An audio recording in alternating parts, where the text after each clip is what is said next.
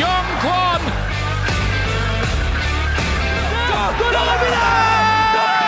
공동이 됩니다. 공동이 역전을 만듭니다.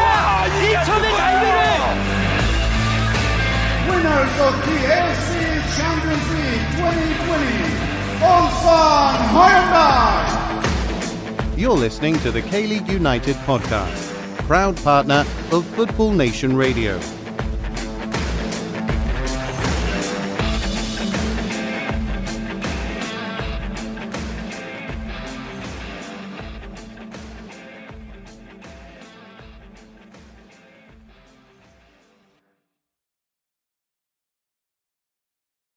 Since any of us have been here, that I also forgot how to put us into the live stream. Hopefully folks were hearing us. Anyway, we're here. Welcome. It's Ryan Walters along with Matthew Binns. Hello.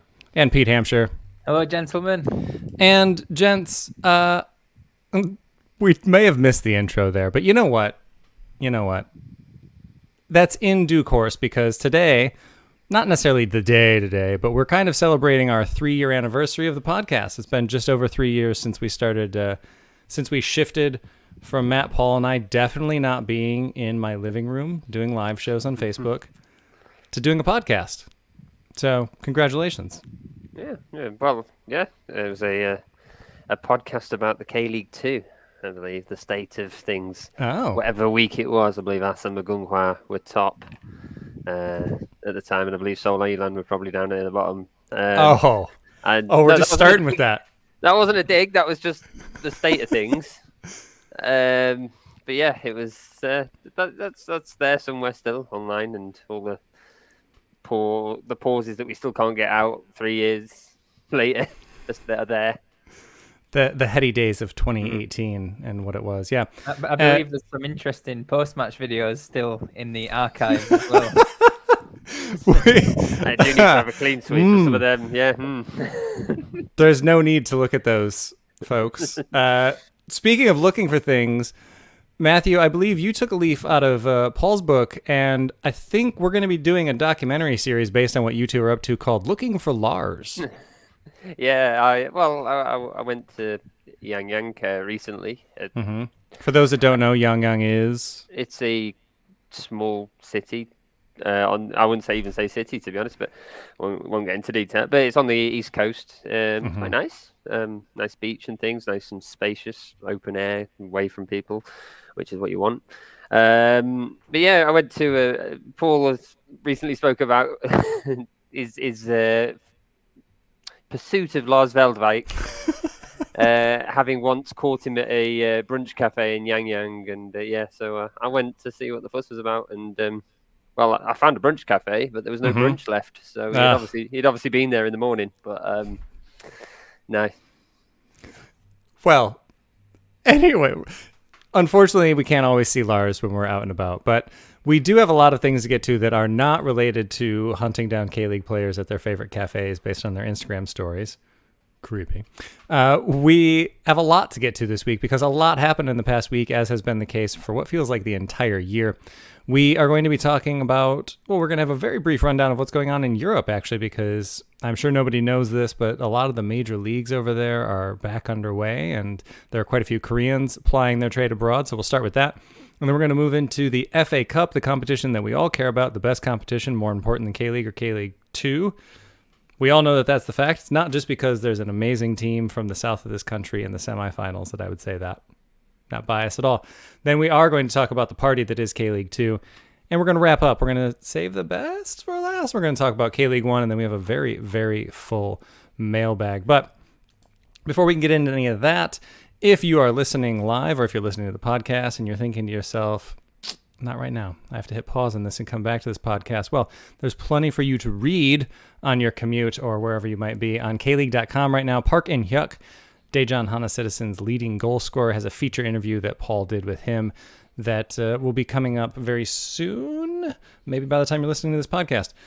We also have a full interview with Ryan Edwards up on our YouTube channel. There was an early access for our Patreon subscribers there, and that was done by our Busan columnist Lee Do-won, and there's also more from that interview coming up even later on kleague.com. So if you want it in written form, we'll have that. If you want it in video form, we've got that And what on the earth is going on with Seoul Eland? Well, Michael Redmond is going to tackle that a little bit later this week on KLeagueUnited.com. So all that to look forward to. If you don't like listening to the audios, which bad news if you're listening to the podcast, it might not be the right medium for you. But Matthew, that's not all that's going on. There's a lot going on over in your home neck of the woods. Well, we thought because a lot of the leagues in Europe have either started this week or maybe the weekend before, or we're around that time where people get hyped up about perhaps the Korean players who are no longer playing their trade over here. So we thought we'd just have a quick rundown of all the latest European Korean football news. So first up, we have Kim Min-jae finally at Fenerbahce. The centre-back has had the green light from Gangwon to join the Turkish side under the stewardship of former Shanghai SIPG boss, Victor Pereira. Changing their online profiles to Korean for the day to announce the signing, Fenerbahce could hand Kim his debut in their home opener to Antalyaspor in the second round of the Turkish Super League. A Super Sunday, yep. Son Heung-min rocks Spurs like a hurricane to put EPL champions Manchester City to the sword in a 1-0 opening day win. Son recently signed a new contract with the North London club to extend his stay until 2025, and will be looking to build on his career best of 17 league goals from last season in this upcoming campaign. Lee Jae-sung, the main talking point. Peter, German pronunciation, please. We'll go for Mainz on that one. Mainz, thank you very much. I forgot. Oh, which club was it? I think it was Augsburg put out a really fantastic video when the schedule came out, and I'm never going to forget Mainz because they just had the seagulls from Finding Nemo. It was like, mine. So it's in my head now. Well, he was the Mainz talking point in Germany. He started on his Bundesliga opening day to make his top flight debut in Germany, and he faced Hwang Hee-chan's RP Leipzig. The score finished 1-0 to Mainz. Hwang In-bom, he got the job done, finding a 63rd minute equaliser for his side Rubin Kazan as they faced Krylo Sovetov in the fourth game of the season. It's Hwang's second goal of the season, and the midfielder has featured from the off in all 4 matches so far. Finally, Saint Hwang Hee-jo. Hwang Hee-jo has been rumoured to be linked with both Southampton and Wolfsburg, and can the deal be done for the Bordeaux striker before the window closes? And that's European football news. We're not going to be doing that every week, but that's where things stand with some of the Koreans overseas at the moment. Yeah, some fun things going on, and I guess if you want to hear more of that, I don't know, maybe we could fit it in. Anyway, we are going to shift from the foreign game to the domestic game and the domestic tournament that is the Korean FA Cup, the one that we all care about. And Pete, we're going to get started with you here in one that, would we call this an upset? Gangwon FC came away 2-0 winners over Suwon Samsung Blue Wings. What were your main thoughts on this one? Well, you would until the last few weeks, because Suwon Blue Wings have not been in great form at all. And Gangwon have looked quite strong at home. It was the second time, actually, that Gangwon have beaten Suwon inside a week, beating them 3-0 in the league as well a week prior. And as I mentioned, Suwon, they're winless since the interval for the Champions League. And Gangwon looked mostly dominant, but Suwon did have some big chances, but they're just not getting those on target. I noted that 12 on target in their last 5 games is not great when you look at the averages. Nah. And Kim Dae won with both the goals in that one to secure a tie in the semi-finals at home to his former side, Daegu.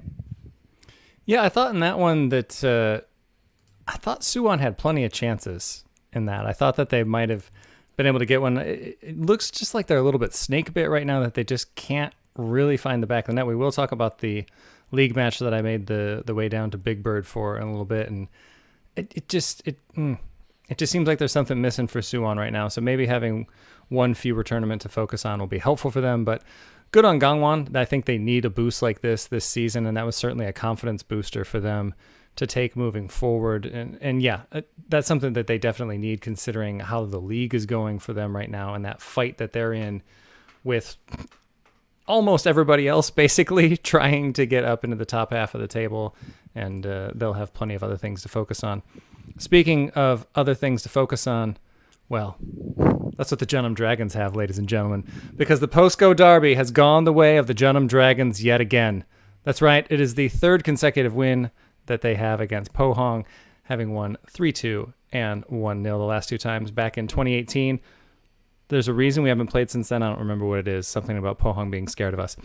Anyway, it was the captain, the man, the myth, the legend, Chae Ho-jin's 4th appearance of the season and just his 2nd start. And go figure, we won the game. But this was a good performance from the Dragons. I think Pohang has been struggling since ACL. It's another team that has just not really hit the ground running as fast as they would have liked coming back from the break, although they did have a nice weekend. But in this one, I think Jeonnam just played absolutely lockdown defense. Park Jun-hyuk started in net, and there was a clean sheet to be had. Surprise, surprise. And they just keep grinding out wins in this tournament, the way that they keep trying to grind out wins in the league. But this one, I mean, to me, this says a lot about Jeonnam and about where the Dragons are defensively with things. But Matthew, am I looking at this through dragon-tinted glasses? Was this just a bad performance from Pohang? No, actually, I thought it was a really solid, organised performance from Jeonnam. They were rarely troubled by Pohang. I mean, Pohang, they did start the game without Kang Sang-woo, and Grant was also on the bench, 2 of their key players. Still a reasonably strong team, though, and hats off to Jeonnam, especially with some of their home form in the league as well. There was the possibility that Pohang playing away could also further advantage the K1 side, but no, it wasn't to be, and deserved progression, I believe. And the last lower division team remaining of the 4 that are left. So, well, spoiler alert for what we got coming up there, but nice to have a K-League 2 team represented. I don't know how things are going to go for them considering who they have in the next round, but we'll talk about that in a second. And Matthew, we'll stick with you here as we move on to what I think was probably the best match of the night, the best match of the quarterfinals, late anyway, right? Because that was Daegu FC coming away 2-1 winners over Gimcheon Sangmu. Yeah, that's right. Last season's 5th versus 4th in the K-League 1. Obviously, Gimcheon Sangmu relegated due to moving location. So it had the K1 versus K2 tag attached to it, but it certainly wasn't that, given the display that was on show. I think... Well, Daegu took it very seriously, a 3-4-3 with full-strength squad. Gimcheon also had quite a full squad. They both want to clearly do well in this competition. Gimcheon, they look very much like a K1 side still with some really good passing movement. Daegu weren't bad either, though, it should be said. I mean, they were eventual winners. But yeah, I was really impressed with the way Gimcheon moved the ball around, and perhaps been missing them a little bit in K1 this season. Right. Anyway, the goal, it came late. Came very late in the end. At 83rd minute, Oh Hyung-yu broke the deadlock. He held off Hong Jong-un, turned into space and shot from outside of the box. It was a low strike that went straight into the bottom corner. So it looked like could have another lowest league side into the semi-finals, but it wasn't to be. Kim Dong-min from Sangju, he fouled Daegu substitute Jang Sung-won as Jang drove into the box. Sasina stepped up and does what he does, and he converted it coolly, calmly, and looks like we were going to have extra time on our hands. Peter and I were at the Jeonbuk versus Gwangju, which we will be talking about later. But we were hoping we might get to catch a little bit of extra time, a little bit of penalties, if we could get back for it. But no, it wasn't to be. Goal in injury time. It was a quick breakaway from Daegu. Tsubasa fed it into Sasina in the box, who laid it off to Kim Jin-hyuk to convert. That means Daegu are into the semi-finals for the first time since winning it in 2018, and with Ulsan on the other side of the draw, we could be seeing a repeat of that final. Well, we'll see. There's some tough challenges along the way there that we'll talk about. And speaking of Ulsan Hyundai, that's a perfect segue to talk about their 2-0 victory over the giant killers that are Yangju Citizen. I don't know if Ulsan kind of took their foot off the gas a little bit. It didn't really look that way, though. Yangju, I mean, they eliminated Jeonbuk, and then their reward for that was to go and face Ulsan. And they looked pretty good in this one. Yoon Luck managed to get his first goal for Ulsan in this. Excuse me. And it really looked pretty nervy in the second half for a long time there, because Yangju, again, they were very much holding their own. And then eventually Kim Ji-hyun got the second in the 75th minute. And I think that's when you finally saw the heads fall for Yangju, and they kind of accepted the inevitability of losing to the team that's top of the table in K-League 1, but a fantastic run for them and something that we love seeing in this tournament. And again, it'd be great to have another Daejeon Korail or Gimpo or another one of those teams making their way into the final here, but unfortunately it wasn't to be for them, and Ulsan Hyundai will go on to face the mighty Jeonnam Dragons, and that's kicking off on October 27th along with Gangwon FC versus Daegu FC. And I think, Matthew, like you were saying there, on paper you would expect it to be a rematch of the 2018 final, which was Daegu and Ulsan. Pete, is that what you expect us to see again this year? Well, not to suck up to you, Ryan, but looking at Jeonnam's away form, they haven't lost in over a year away from home. And obviously it's a one-off game this year, single leg semi-finals. So, yes, thankfully to you. Woo! Yeah, on paper you would expect a repeat, but you never know, dear. And on a personal note, me and Bins were talking about my potential stag do being in one of these locations. And, you know, we've got options of Ulsan, Gwangyang, Gangwon or Daegu for the final in December. Hopefully things have calmed down on a COVID front by then. And I'm not being rude to your former home, Ryan, but I'm not sure I could entice everyone down to Gwangyang. So I would, on a personal note, I would fancy an Ulsan Daegu final. So Gwangyang Bulgogi means nothing to you then? Is that what you're telling me? Mate, you know I lived there for a month, and yeah, it was an interesting month. Cool. Okay, for both of the people that have been to Gwangyang that are listening to this right now, offense taken. Matthew, is that how you see it going down? Yeah, I don't think you can look past Ulsan Hyundai. Sorry, Ryan. But I do think Gangwon could cause a bit of a surprise against Daegu, if we can call it that, because we'll come to that a bit later, because they did play each other the weekend just gone. We'll be talking about that match a little bit later. Yeah. Daegu on the road as well this year. They've been in really streaky form. I was looking at it earlier. They didn't win for 4, and then they won 4 in a row, and now they're on a bad run again. So it depends what Daegu turns up on the day. Yeah, and look, not only is the Stag Do going to have to be in Gwangyang, much to everyone's delight once we're there. That's a duck barbecue place that we're going to go to that's amazing. AFC Champions League is coming back to Gwangyang next year because we're winning this thing. We're going to win the cup, and we're bringing Champions League back to Gwangyang. It's going to be amazing. Anyway, we're going to take a really quick break, and then we will be back and talk about the party that is K-League 2. We'll be right back. FNR is a revolutionary football-dedicated digital platform, the first of its kind in Australia. It provides a 24/7 live online radio platform experience, podcast hub, and acts as a content provider for TV, radio, and digital. Having reached millions of listeners and football fans since launching, FNR is accessible worldwide via its website or app, providing a platform to discuss, debate, and celebrate the world game.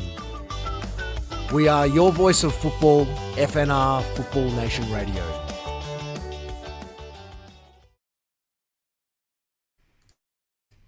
Welcome back to the K-League United podcast. I'm your host, Ryan Walters, having some fun being back in the hosting chair with some updates to our streaming site here. The ad did play, right? It didn't for us, but maybe it did for people listening. I'm not sure. Well, let's hope that the folks watching at home managed to get an ad for our friends FNR down in Australia. It certainly showed up on my computer anyway. Ryan, if people miss out on that Eulji Lewis dog later on, you'll get some vile comments. Yeah, there's no having that. So I was just watching you swig your water. That was hopefully that's not what the folks at home are saying.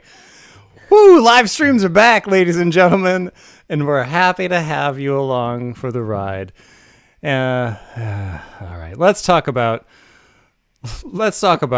the Jeonnam Dragons again, because we're going to start there. They lost. That's where we're starting in K-League 2. Unfortunately, the curse for first has struck the Dragons repeatedly, because ever since they got up to the top of the table, it's just been a rough go after a rough go for them.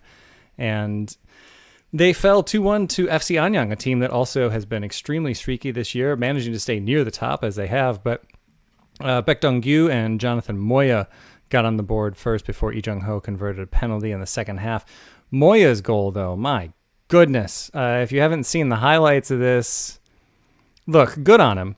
Because the last time I was in Anyang for a match, he did the exact same thing and somehow missed the entire goal frame with the header. And I felt really bad from that day. And he also hit the post later in that match as well. I think it was the Line 4 derby. Anyway, this one, no such mistake. Just pressures the goalkeeper with nothing else on. All he's got to do is just kick the ball out, and instead it goes to Moya, and that ends up being the match winner, which it's a little bit of a bitter pill to swallow there, just because that's not a mistake that we're used to seeing Jeonnam make this year. Kim Da-sol got the start. Not that I'm trying to throw him under the bus, but I am kind of trying to throw him under the bus. Park Jun-hyuk doesn't do that. Just saying. It's a tough one for the Dragons to take, especially as you were talking about earlier, Pete. Their away form has been amazing, but their home form has not been. And that continues again. And now the Dragons are further down the table than they have been. They're not out of reach by any stretch of the imagination, but they are on 39 points with Gimcheon at 44. And it's gone from that, we might win the league kind of thought to, playoffs. Okay.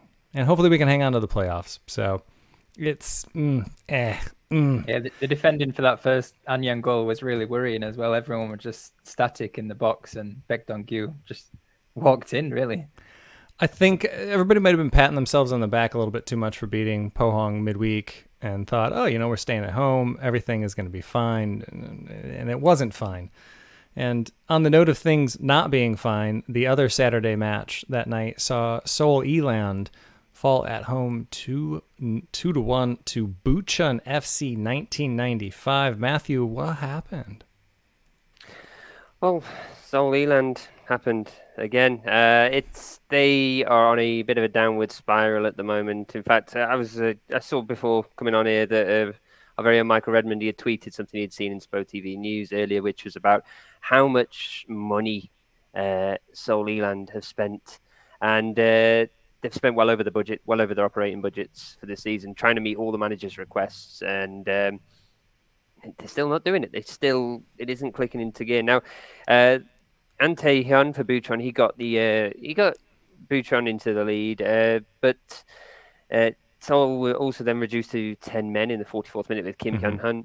He kind of like backed into the player and got a second booking and sent off. So no real complaints from him as well with his red card. It looked like he was fairly accepting of it. And then Seoul Eland seemed to play better actually with 10 men from what I saw.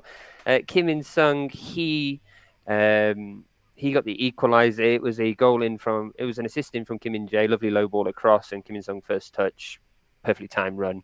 Now 2 goals in 2 games for the former Ulsan man. So at least one signing is working for them at the moment. One other signing that isn't working for them, though, is probably Han E-kwon.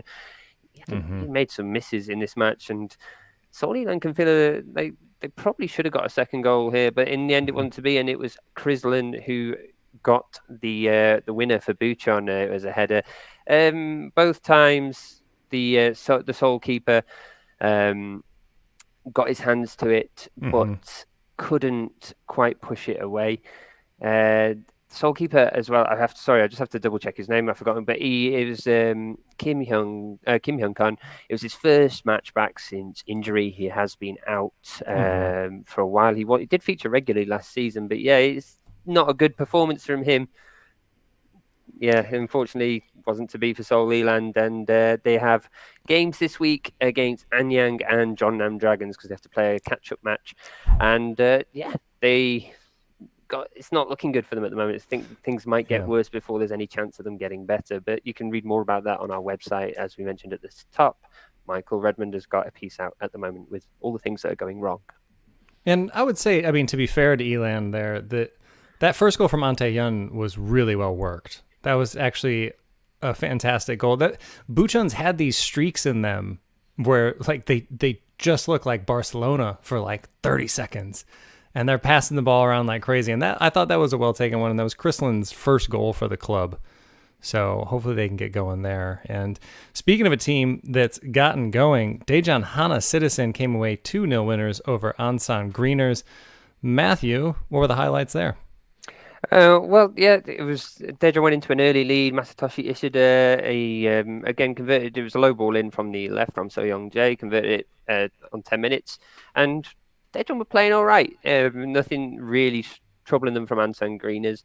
But 49th minute, a red card to Park Jin-sop, and they did have to hold on for a little bit, but they did manage to seal the win in the final minute, the 7th minute of injury time, with So Young Jae converting Kim Sung-sup's assist. It was an interesting, I'll put it like that, decision, the red card for Park Jin-sop. I don't know if either of you saw it, but he just seemed to be shielding the ball from where I was, and Interesting is how I think I agree. That's how we'll put that one, is that it was an interesting call. We get a lot of interesting calls sometimes. I mean, to be fair, that was his second yellow as well. It wasn't just like a straight red, but yeah. I mean, look, in the end, that was in the 49th minute, and Ansan failed to take advantage for almost an entire half. So good on Daejeon in that instance, because they should have been under it a lot more than they were, but they never really looked that uncomfortable in that one, for me anyway. And from one game that a team didn't look uncomfortable to another one that they did a little bit, Gimcheon Sangmu ended up winning 2-1 over Jeonnam Asan, but it took a long time to get going. Jeonnam Asan, they looked all right in this one, but they even had the lead with an own goal in the 65th minute for Gimcheon, but I think that might have been what doomed them, because Gimcheon Sangmu lead the league in points after falling behind with 11 points this year, 3 wins and 2 draws after falling behind, and this was another one where they picked up points there. And they've also used the most players this year. This was another match where we've just seen that roster just rotating and rotating and rotating this year, and that's been happening again and again, and I think we're starting to see the Kim Tae-won effect with a lot of these players. They're finally starting to gel. They're finally getting back together, and I think we're especially seeing that with Jung Sung-hyun, who is having a career season, 3 goals, which, you know, if you don't know his position, defender, that doesn't sound that great, but I think that the versatility that he's showing and the way that he's playing right now, we're starting to see the Gimcheon Sangmu and the way that they're playing what we expected all year, what we expected when preseason we were saying that they were just going to run away with the league. And right now they're not running away with it, but they're one of the few teams that have gotten up there and managed to stay up there. And they are 3 points ahead of Daejeon Hana Citizen right now. They've each played the same amount of games. FC Anyang is a little bit behind them, but they have a game in hand. So it's the Gimcheon I think we expected. And this is the Gimcheon that we were just talking about. Looked like they might have beat Daegu FC in the FA Cup. So they're in form, and I expect that to stick around for quite a while. And yeah, it'll be interesting. We'll see how it goes. And speaking of teams in form, Pete, Jeonnam FC, they walked away 1-0 winners over their rivals Busanai Park. Yeah, if anyone's thinking I might look a bit tired tonight, this is why, because I couldn't sleep after watching this game in Changwon. Which probably says more about my sadness than anything else, that I was thinking about the game in Changwon. But yeah, Gyeongnam were 1-0 winners. Do Dong-hyun made the difference. And yeah, they are on good form as opposed to Busan. Willian was looking good. And under Sol Ki-hyun, Gyeongnam have won their last 3 home games. And they've got a big test coming up next. They travel up to Daejeon away. Sol, he's settled on a centre-back pairing of Bae Sung-jin and Kim Young-chan, which I think has helped them, especially at home, just settle into that pattern of a settled back four. Busan, on the other hand, though, they've won 1 in 7, and our friend Ricardo Perez really need some big team talks from him to make sure he doesn't lose that dressing room down at the Gudok. Yeah, K2 is remaining crazy as ever, and Busan, like you say, they've not looked great. They are 7 points behind Jeonnam for the final playoff spot right now. So, like you say, they're going to have to turn that around sooner than later. It's Mm-hmm. But that middle pack does remain as tight as ever. Anyang, Jeonnam, Gyeongnam, kind of. But we are starting to see the top 4 separate themselves a little bit in K2, and that's not usually where we are this time of year. So going to be very interesting this weekend to see if any of those teams can make up ground. And as always, we will have previews for that on KLeague.com and KLeagueUnited.com. But for now, we are going to take another quick break with an ad that's totally going to play, and it's all going to work, and it's all going to be great, because live streaming the show is the future, and that's the way we do things. We'll be right back.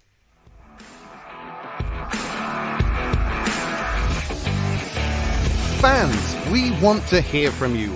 You're encouraged to email KLU at info@kleagueunited.com or tweet at KLeagueUnited with any questions, comments or reactions. Or follow us on Facebook to ask directly during one of our live shows.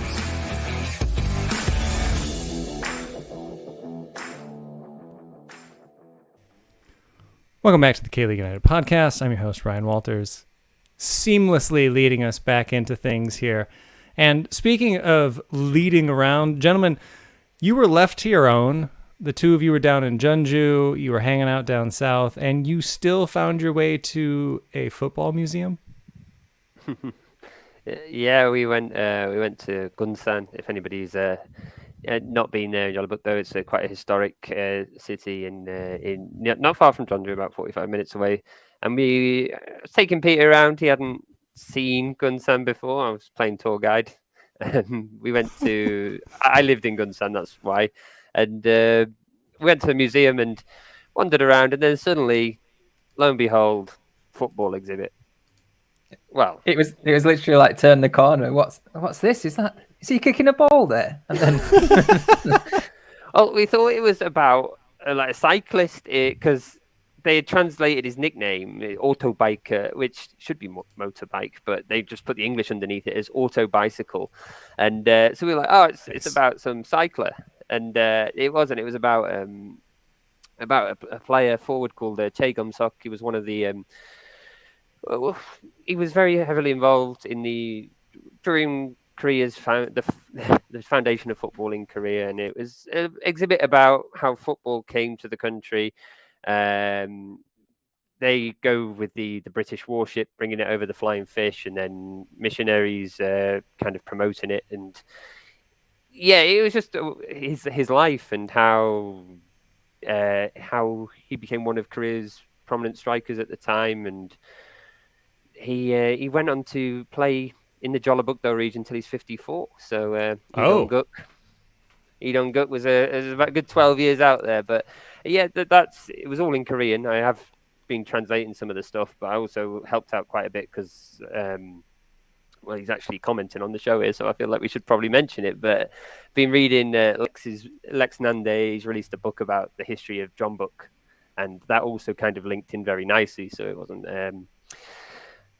wasn't too unfamiliar with this. We'll plug his book quickly. I think his book's called Rise to Riches. I've got it here, and it's called How Jeonbuk found Asia's best club. So don't say that we don't do anything with you, Lex. We're hoping to do a bit of a chat with Lex in a couple of weeks or something and talk a bit more about that book. But yeah, interesting read there and an interesting exhibit if anybody's ever in Gunsan.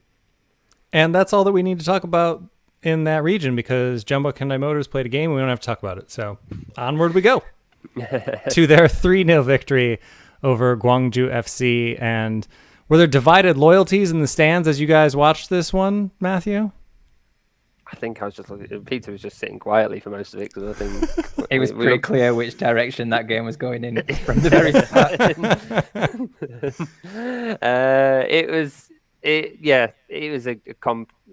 was a decent performance from Jeonbuk, a comprehensive win. It was a largely unchanged side from the one that found victory against Daegu the weekend prior.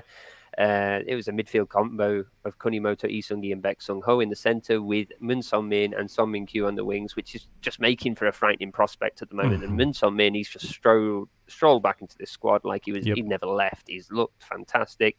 He looked sharp. And Son Min-kyu, he's getting there. He's finding his feet still. Not quite at the level he was at Pohang, but give him some time with this squad. I'm sure he'll be causing havoc soon as well. But yeah, Gwangju, they were still without Jonathan. I'm sure they were still without Jonathan as well this weekend, but we'll talk about that later, Peter. But yes, it came from Kim Min-hyuk. It was a far post header. And then it was quickly followed by Ilyachenko, who got back on the score sheet after a good while off it. He headed down Min Son Min's cross. It was saved, but then he converted the rebound. And finally, there was a goal from Ilyachenko once more. Gustavo heading across for Ilyachenko to just tap it in. So, yeah, they do look better. I think Jeonbuk are getting there, but I think I'll wait until we've talked about the FC Seoul match that happened on Sunday before we'll talk about how good are they really. Sure. Well, we're going to stick with you and your opinions of all things K1 because this weekend we did also see Gangwon FC come away 2-0 winners over Daegu FC, and as you were saying, that's a matchup that could have some pretty big implications moving forward. Yeah, Gangwon FC, Daegu, that will be the FA Cup semi-final, and yeah, Daegu looked a little more reserved in their formation for this patch. They went all out midweek. It was a 3-5-2 with Cecina playing a slightly deeper role, and Ikono was up top instead of Edgar. It was a fairly balanced first half and didn't really come to life until the second half, where Rim Chang-woo, he scored on 69th minute, striking a low shot. The goalkeeper should have done better, really. He got his gloves on it, but couldn't push it away. And then Gangwon compounded Daegu's misfortunes. Fluff lines from the defenders. Neither could really work out who was to clear it from the onrushing Cho Jae-won, and it just left the loose ball for Cho to convert from close range. So that's now no wins for Daegu, apart from the FA Cup, since returning from Asian Champions League. It was a draw to Pohang when they first got back, and it's been followed by defeats to Ulsan, Jeonbuk, and now Gangwon. I'm not sure how concerned we should be really about Daegu's form here. I mean, losing to Ulsan and Jeonbuk, teams do that. But losing to Gangwon, you think Daegu should be performing better, especially a team that was vying for the title this season. Yeah. So, yeah, reasons to be concerned for Daegu. For Gangwon, though, reasons to be optimistic. That's their third win in 5. That's if we include the FA Cup. And they could well be turning a corner after a real negative stretch. Just going to say, they should never leave Gangneung. They have to have that sweet ocean breeze in the air in order to play their best football. And with that ocean breeze, slightly further down south, though, Jeju United almost pulled off a massive upset. They were up 2-1 on Ulsan Hyundai, and they almost pulled it off, but then, well, there was the late equalizer. Pete, what was your takeaway from this? And just run us through this one, because this was a really entertaining match.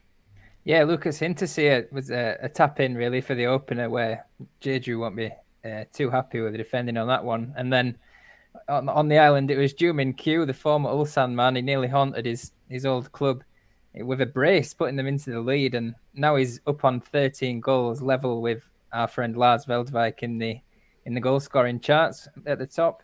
And it looked like, as you say, the 3 points were staying in Sogwipo before Oh Se-hoon with one of the goals of the weekend. A lovely touch on his chest, swiveled the defender in the same motion, and then fired it into the bottom corner. Unfortunately, he didn't get much chance to celebrate because it got chalked off almost immediately, and then it got brought back after VAR consultation. But it was a brilliant goal, and it did stand. And yeah, I guess a point dropped, 2 points dropped for Ulsan, but on the island, it's a difficult game, isn't it? And Jeju have been decent lately. They've been tough defense. I mean, it was their defense really that led them to the title last year, and they've been tough defensively this year. Look, when it comes to drawing games, this is just what Jeju United does. This was their 13th draw in 23 matches. That's just what they do. They're just going to draw the game. I think for Ulsan, though, you got to be upset conceding twice, right? I mean, I think 2 goals, especially the guys that you want to be getting on the score sheet as well. Hinterseer, one of the players that I think ACL helped out tremendously. I'll be talking about that a little bit later when we get to Jeonbuk as well. But I thought that he finally found some form and some confidence there. Oh Se-hoon was able to integrate into the team in ACL, and I think he looks fantastic. This was actually... everything with Oh Se-hoon is really hard to believe because it feels like he's been around forever. This was actually his first goal in league play for Ulsan. So I think he's going to be a really big difference maker for them, especially with Hintasir finally getting going. They can have a change of pace between those two and see how things go. But he's literally, you got to win this game. You got to win this game. I saw that Dan, our Ulsan columnist Dan, he tweeted after the game. He bemoaned Ulsan needing to sign a quality centre-back during the window, but didn't get it done. And I thought that was a good point, really, because I felt that both of Joo Min-koo's goals were really, they were defendable. I think there was poor defending that allowed Jin Song-uk time to drive towards that byline, and it was. And for the second one, Lee Chong-min just lofted it into space. There was nobody there to mark Joo Min-koo, really. And yeah, you think, who could they have got in the summer as well? And the one thought that came to my mind was Kwon Kyung-won, who went to Songnam. Jeonbuk were trying to sign him back from Sangju. He was in the best 11 last year for Sangju, not now Gimcheon rather. And he went to Songnam because he was looking for game time. Perhaps he probably thought if Ulsan were in for him, probably were not for him, but he probably wouldn't have got game time there. But there were quality centre-back options in the summer, and it didn't seem that Ulsan pursued any of them. Yeah, that's a really good point, because like you say, I think they might have walked away with this one. They have had a lot of obligations this year, so I think rotation is also going to be an issue moving forward for them. It's going to be interesting. We shall see. It's from a team... It's also worth mentioning that match as well. Some news has broken today that an official in this match has actually tested positive for COVID. However, the players were not considered close contacts of this official. So there are tests being taken now between the people he had close contact with, and assuming they are negative, then there should be no postponements. But yeah, so that's something to keep eyes on at the moment. It's currently developing. We're so close to having all the teams finally having played the same amount of games. Please. Obviously, we also hope that the referee and everybody involved recovers quickly. Anyway, from one team at the top of the table to a team that used to be threatening for the top of the table, Suwon Samsung Blue Wings fell 2-1 at home to their bitter rivals, Songnam FC. And I'll admit it, this is a better game than I thought I was going to get. I took the trip down to Big Bird for the first time this year. Haven't been down there this season. Lovely night for it. Also found a great Haejungguk place by the stadium, gents. So we're in luck the next time we all go there together. For those outside of Korea that don't know what Haejungguk is, just look it up. The pictures will be great. You'll thank me later. Get that congealed blood in your mind. Anyway, this one picked up with Richard Vindbickler getting the opener. And it was a great header, jumped well higher than anybody else to get on the end of it and convert. And I just want to talk about his mustache, though, because it was a fantastic mustache. A little bit of the beard going, so it's not just the full-on creepy mustache that some guys can have. Beard game on point, Richard. That's all I'm saying. Looked great. And then, for the first time this season, Nicolau Dumitru ended up getting on the scoreboard for the Suwon Samsung Blue Wings. He got some time in the FA Cup match against Gangwon. I thought he kind of found his feet a little bit there. He looked pretty good in this one. I think the goal was deserved for him, and it's nice for Suwon to have him get going because as we know, they've really struggled up top this year. Surprise, surprise, Uros Jeric wasn't the answer after what we saw from him in Jeonnam. Credit to his agent for getting him back into K-League 1, however, but they haven't really had a lot going on moving forward, and that came back to bite them in this one because it looked like they just wanted to play out that 1-1, and then Fejal Mulic showed up and did what he does. He won the game, and it was the best goal of the game. It was really well taken from just outside of the box, and that was his second match winner. I think it was just inside the box, actually. Anyway, that was his second match winner in a row, and that is also his 10th goal of the season, so a fantastic signing for the Magpies. And they continue to give themselves a little bit of distance from the bottom of the table. Not much, but back-to-back wins is certainly going to help out. They're on 25 points right now with a lot of games to make up, though. Gwangju FC is on 22, having played 2 more games than Songnam. So if they can keep this up, could be good for them. I don't know. When they were in 12th, I thought maybe they're not going to be able to get off of the bottom of the table, but Gwangju to the rescue. It's coming. Mm-hmm. A team that's hoping not to be in the relegation fight, but definitely 100% certainly still is FC Seoul. And Matthew, let your smile beam wide for those watching live. They lost to Jeonbuk again at the weekend for, I believe, the 755th time in a row. Yeah, they haven't beaten Jeonbuk since 2017, the summer of 2017, and they've not beaten Jeonbuk in Jeonju since 2016, but we don't talk about the match they won there. However, we can talk about last Sunday's match, and it got off to a flyer. Hankyo won on 6 minutes. It was a ball in. Gustavo with I'm sure he meant that assist. I'm sure he meant it. Oh, of course. You mean like the little chest over, the beach volleyball business that he was doing? The ball came down, it hit the side of his foot straight into the path of Hankyo Won. You could tell that he probably didn't expect it because he was looking forward at the goal. But yes, Hankyo Won was there on hand to convert the opportunity. But Gustavo did get on the score sheet though on the 20th minute. It was a header, good header, but even better was the cross in from Lee Hyun. It was a fantastic cross.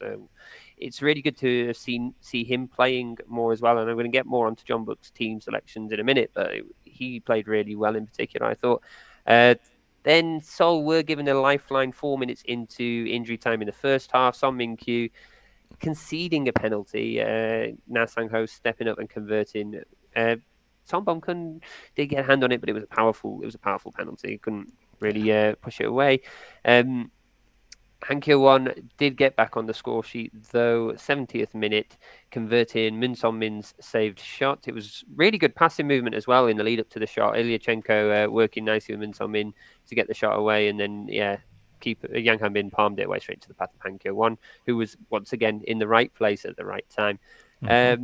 Seoul did get a goal back. It was a very cheeky flick-on header from Gabriel Barbosa Avellino that caught Son Bom-kun off guard, and it made for an edgy 10 minutes or so at the end of the game. But really, it was Jeonbuk probably deserved to score even more than 3. There were some really good chances that they had squandered in the first half especially. But yeah, the number of good talking points for Jeonbuk. Chae Young-jun had a match finally that we can talk about. He has been playing well, quiet and consistent for Jeonbuk, but not really going that extra mile to get the headlines like he was doing at Pohang last season. But yeah, he had a really good match. He's been nicknamed the Korean Kante. But he hadn't been in the side for the last 2 wins, but did look good in the side on Sunday.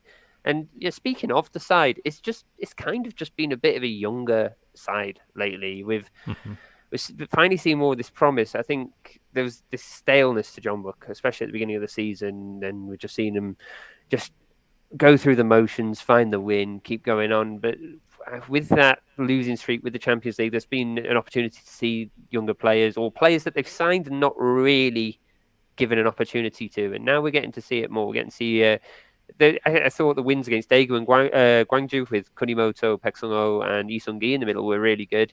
I thought Son Min-kyu, Min Son-min, they've got to be the wingers of choice. But then when you think about it, Modo Barrow is to come back from injury, who is obviously a great presence to have. And Hankyo Won is always there. 2 goals on Sunday, clearly stating his case to be in the side. So there's this some hunger in Jeonbuk. And I think they've also been allowed off the leash a lot more. They seem a lot more attacking, a lot more creative going forward. And I do believe Min Son-min has probably been a massive factor in that. He really has just looked good back in that Jeonbuk shirt. On the other side, though, of the match, FC Seoul, they just look worryingly bad. Sure, they had gone 3 unbeaten coming into this match, but they got 2 goals in this game, but Jeonbuk should have had 4 or 5. Seoul were lucky here that this wasn't a bigger embarrassment.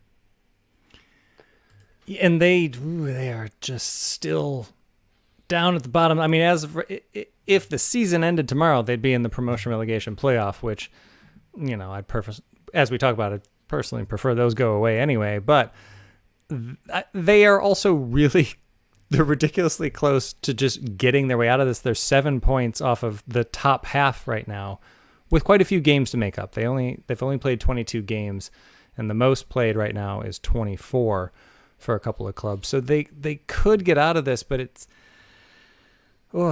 Gabriel Barbosa did get a goal in this, like you say, and maybe he's the answer up top. Maybe Ji Dong-won is. I don't know for FC Seoul. We'll see how it goes for them. It's going to be interesting. A team that we talked about earlier that was also struggling, that managed to turn things around in a really big way at home. And it's weird thinking about this a couple of weeks ago, a couple of months ago, or even the beginning of the season. But I've got to say that this was an upset with the Pohang Steelers walking away 3-1 victors over Suwon FC. Kang Sang-woo, the defender wearing number 10, the man that we all love, got the scoring started there. And then Yang Dong-hyun equalized right after the half in the 49th minute. And you thought, okay, game on. Suwon's going to go do the thing that they've been doing. And I thought Lars Veldvik was going to make good on a lot of the chances that he got, because in that first half, the service that was provided to him was just fantastic. The chef kiss emoji for those of you listening to the audio version. It was really good, and I think he'll still be kicking himself for not converting one of those chances.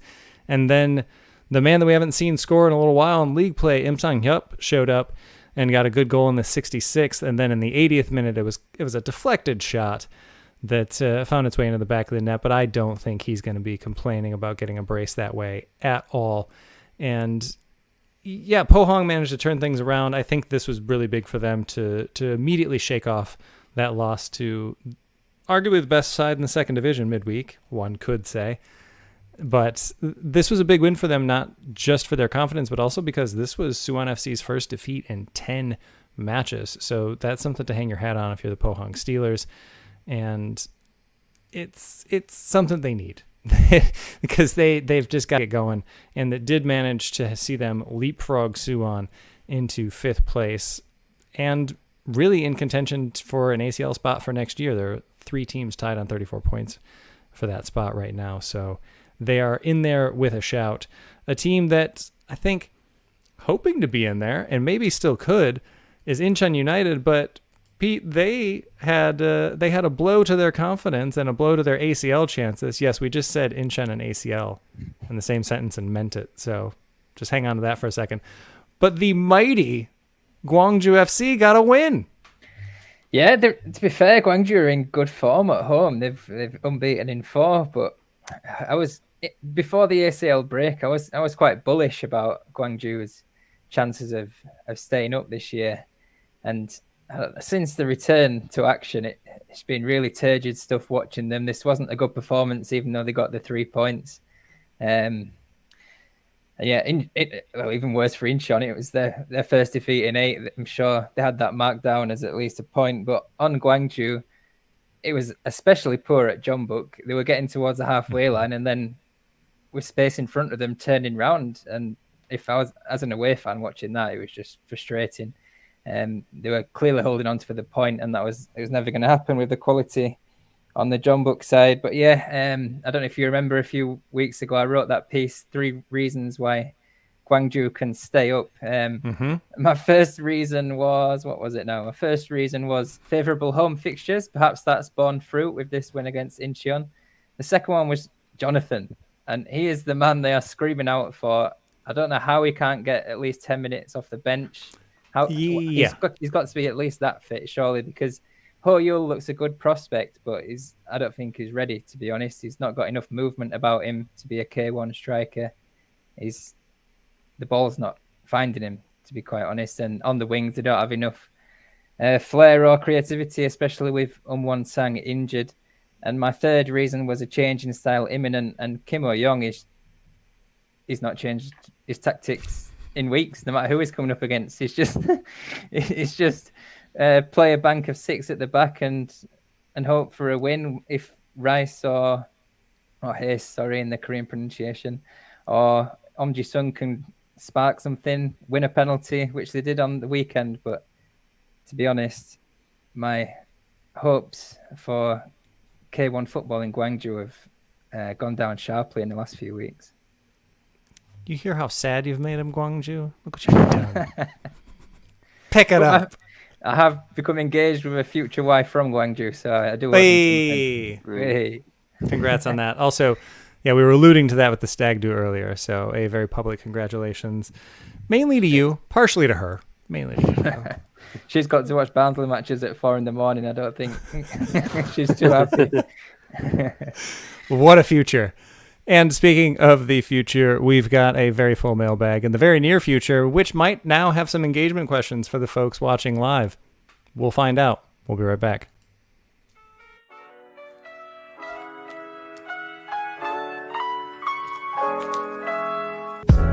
Eulji Lewis is your neighborhood British bar and cafe located in the Old district of Seoul.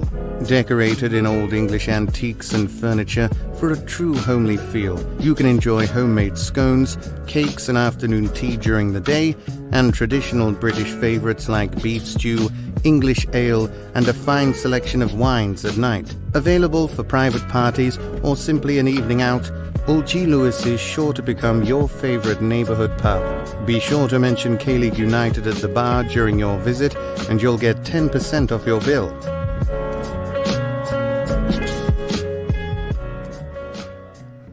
Much to the joy of those watching live, that is the Eulji Lewis dog. I know that it went out because I checked at the break, so naysayers, have at ye. We're off and running in the Eulji Lewis mailbag, and Matthew, go ahead and hop in there.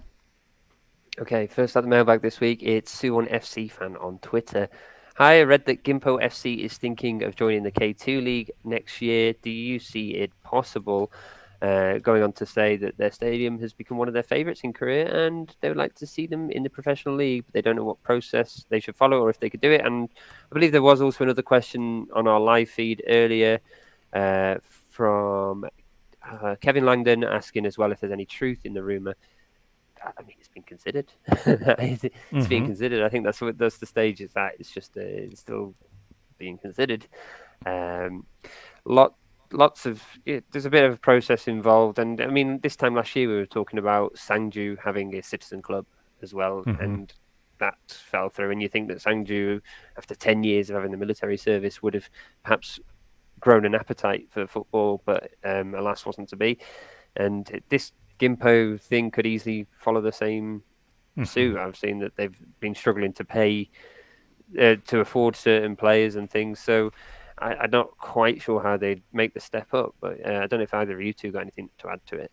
I was reading a Korean article this afternoon. It was saying that the vice president of some football federation visited them last month for talks with regards to turning professional. So clearly they're serious about it. They've got a football-specific stadium there. It does look nice. It looks like some nice scenery around it as well. And the Gimpo city planning department seem to be getting their teeth stuck into it, saying it's going to be pride of the citizens of Gimpo, which is obviously an expanding area, which is mainly famous for an airport. But they're wanting to, according to them, they wanted to change the brand of Gimpo a bit with a football team. Hey, another club within a quick train ride. I'm for it. I'm for it. And like you say, their ground is really nice. I think, it's one of those things that. Yeah, and I think this popped up in the comments on that original post, but we've just got to see the pyramid open up. Let's get these spots decided by merit. Let's get clubs that are ready for it and get them in there. But if we can't, and in the short term we can't, sure, we'll take another team or two in K2. Go for it. Okay. Next out the mailbag is Ben Griffiths. This is actually one from last week, and we thought we'd hold it back for this one because it's a Jeonnam related question. So no wonder why we held it back this week, because Paul and I both just didn't fancy taking it, and Ben couldn't handle it. Jeonnam are the best away team in the K2 this season, with 24 points from 12 matches, but the sixth best home team with 15 points from 12 matches. He thinks Mr. Ryan Walters would say it's because of the food in South Java being just too good. But why do you think they're so much worse at home this season? Ben, a man after my own heart there. The first half of that question was just fantastic. Could you read that again? I tell you what, Ben can come on my stag do if it's in Gwangju. Right? Right. Let's do this thing. I think a lot of it for the Dragons comes down to the way that other teams play. I think a lot of K2 teams try to play their own brand at home, and I don't think that suits the Dragons as well because I think they play much better on the counter. I think they're a defense-first team, and they can do that a lot easier when they're on the road, when they're away from home. Whereas when other teams come in, I think and look, a lot of the K2 teams, a lot of the K-League teams in general play the same way. So I think what it is that teams are coming into Gwangyang and saying like, all right, show us what you got and we're going to defend it. And that's not really been the best way for the Dragons this year to try to be on the front foot. Unless, of course, it's an FA Cup match against a K5 club and they score literally double-digit goals, which still don't know how I feel about that one. But anyway, I really think it comes down to mentality and not having a solid game plan going forward, to be honest. They're much better reacting to other teams, and you don't have that luxury at home as much in the second division. All right. Moving on to James Edgerupt, our very own James Edgerupt, and he says he may be somewhat biased, being a Jeonnam columnist, but Jeonnam have improved significantly of late, gaining 7 points from a possible 9 available from 3 fixtures against Anyang, Gimcheon, and Busan. Can the Reds get into playoff contention because they are just 6 points behind those Dragons that we were just talking about? Yeah, I think anyone from that top 8 can get into playoff contention in the K2. And I think it's Willian. Willian's been fantastic lately. He's rediscovered that form from last year, and he made the goal to win it against Busan. And yeah, obviously I'm a bit biased sat here in my Gwangju shirt, but we're really missing him down here. I think the K2 table is a little bit closer than the K1 table, but I think it's still going to be really tight in there. I mean, the Dragons need to turn it around and get a win here soon because they've drifted down to the bottom of the playoff spots when they were top of the table. But Jeonnam, maybe this is where that experience that we've been talking about all season is finally going to show through when they need to make that late season push. And a lot of those teams that are new there, like Anyang, I don't really know who they're going to lean on in this instance, whereas Jeonnam have a ton of experience to lean on and to get into that run. So, yeah, like you were saying, though, Pete, you win 2 or 3 games in a row in K2, and if you're not at the top, you're pretty close because it's just going to remain really tightly packed in there. All right. Next out the mailbag is another one from last week. It's Mike Baston via Twitter, and he is asking, where did Blue Wings' form go? Still relevant this week? The joy in Binz's face as he says it.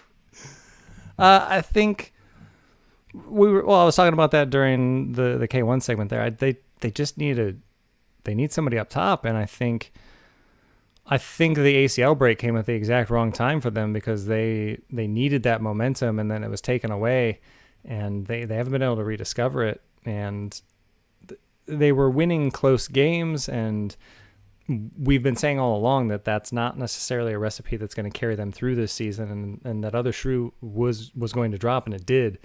And so for me, if they can't really start threatening the goal, which is the main issue, or keeping clean sheets, then and also that their good form earlier in the season was dependent on their youngsters a lot, like Jung Sang Bin, and you can't expect them to keep that level of performance for the whole season. And yeah, you were right about the ACL. It's interesting that both them and Daegu are the 2 least form K1 sides at the minute. Maybe they just don't have the squad's depth that Jeonbuk and Ulsan have coming back from their ACL. Yeah. But I do think as well, they've also missed Daniil Henry, but he is back now, obviously, but yeah, they're still losing. It's also worth mentioning that Ko Sung-bum was massive for them. And losing him to Gimcheon when they did, that's pretty tough. And Kim Min-woo obviously does a fantastic job in the midfield, but I think he was allowed to do a lot more and have a lot more freedom with Ko Sung-bum in the lineup as well. And Kim Min-woo just hasn't been able to replicate that in the same way because he's not the same kind of player. So I think that's been a lot of their struggles as well. Okay, well, the next at the mailbag is on Suwon's opponents from the weekend, and that's the question's from Daegu Songnam, and the question is about Songnam, and he just wants to know, what do we think about Songnam's season so far? For me, I think we'll see. Can they keep this going? The 2 wins is really impressive, and that's mainly been done by Mulich finding a couple of match winners, which is not a recipe that you can rely on time and again. But that's me. Pete, what do you think? I think they will finish 11th, but they have that X factor with Mulic to keep themselves up, I think. Okay. I think if Songnam aren't in 12th, then they're doing all right. High standards. I will have my prediction met one year, and it will be Songnam going there. No, they've got some good players, and yeah. Ross Davis on Twitter coming in with, what's with the lack of manager sackings? He wants his pound of flesh. Going full Merchant of Venice here. I like it. I think it's just lack of options for if clubs decided to.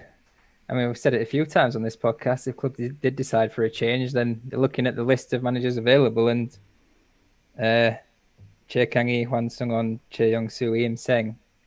I mean, a mix of managers there. Some you expect to do a good job, like Che Kang-hee. You'd think he could go anywhere in the league and do well, but others, I know they're being touted for the Olympic manager's job. We just got some come on, man! Reactions on Twitter. I think that's the main reason why, because it'd be a gamble to change it this late in the season, going into the key phase. You might as well just stick to your guns. Hong Sun-hong can't get hired by a K-League club, and we're talking about potentially putting him in charge of Korea's youth development. Paul Neat is sent me on a wild goose chase by telling me that he's heard that Hwang Sung-on has been on drone football. I don't know whether that's got any. Please write in with your mails, and we'll talk about that next week, because I've gone down a rabbit hole with this. I'm like, and then the next week is in charge of Lee Kang-in. Yes, great. That's what could go wrong?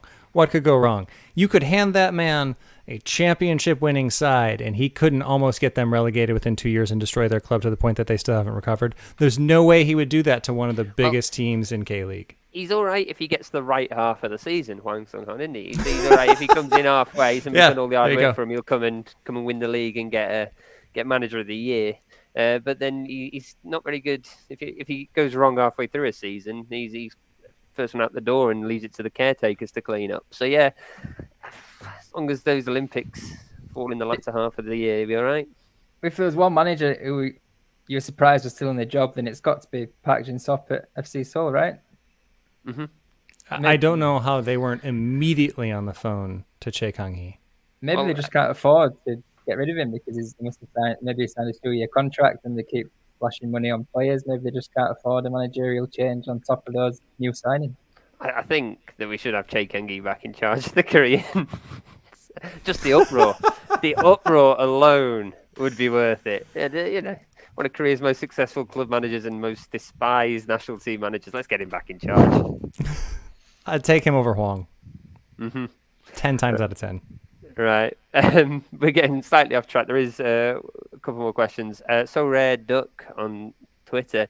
Hi, Swedish K-League fan here. Love your content and happy to watch the games. Well, thank you very much. Can I ask you, how does the relegation round for K-League work? Do you have any prediction on which teams will be relegated to K2 this year? Many thanks, Matthias. Pete, I feel like you should handle this one as the Gwangju columnist. Well, basically, Gwangju are going directly into K2. Yeah, so it's a 12th place team. It's automatic relegation, and then obviously the champions from K2 come and take their place, and then the 11th place side go into a playoff with the playoff winners in the second division. Which is second, third, and fourth. Yeah, third and fourth will play off against each other, and then the winner of that will face second. And hopefully this year this is all single leg, we hope. And that's how that will be decided. And that is probably how the Jeonnam Dragons are going to make their way back to K-League 1 when they beat Songnam FC. Yeah, well, we'll see. And it'd be close enough for me to go. Oh, please let that happen. Well, the second leg for the K2 team's always away, isn't it? So you might have a chance. Anyway, KLU Survivor. Why'd you read that like you don't know who it is? KLU Survive? Trying to keep some mystery here. Final question in, and it's come from K-League United Survivor. And there we go. That's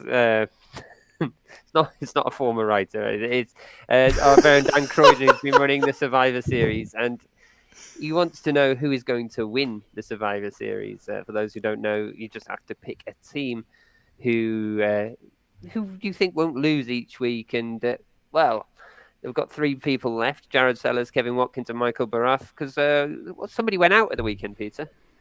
Oh, my 2 options I was mulling over was Suwon FC and Anyang. No, it wasn't. Jeonnam.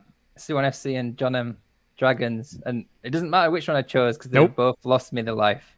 And actually, Anyang lost me my first life. So all the times I've waxed lyrical about Meng Song-ung and the interceptions of Anyang, I didn't listen to myself. I backed against them twice. I've only got myself to blame.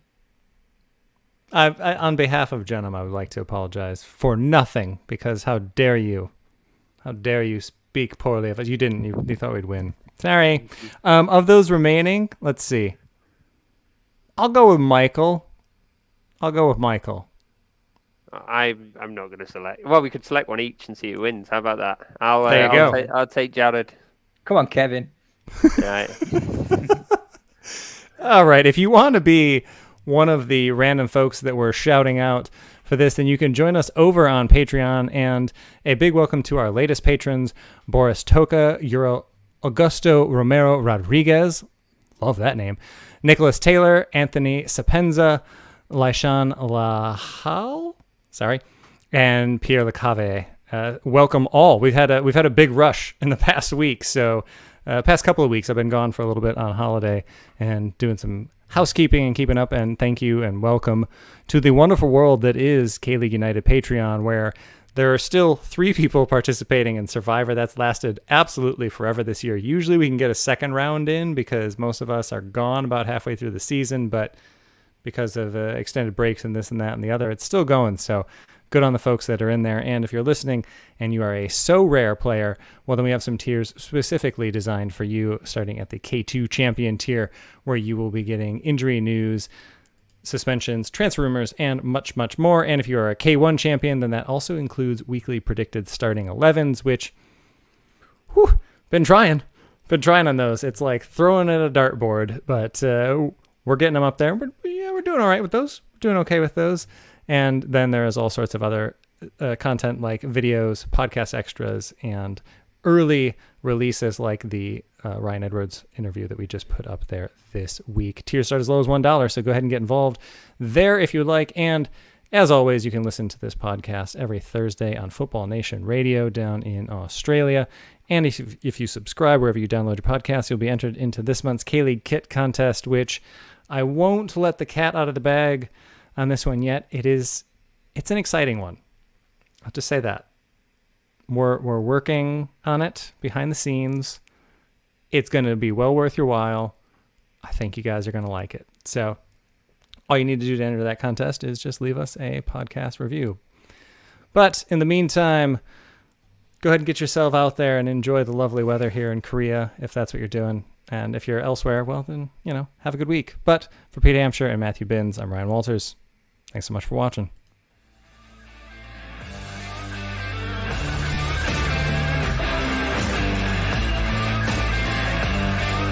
정규선 공공 폭격기 김신우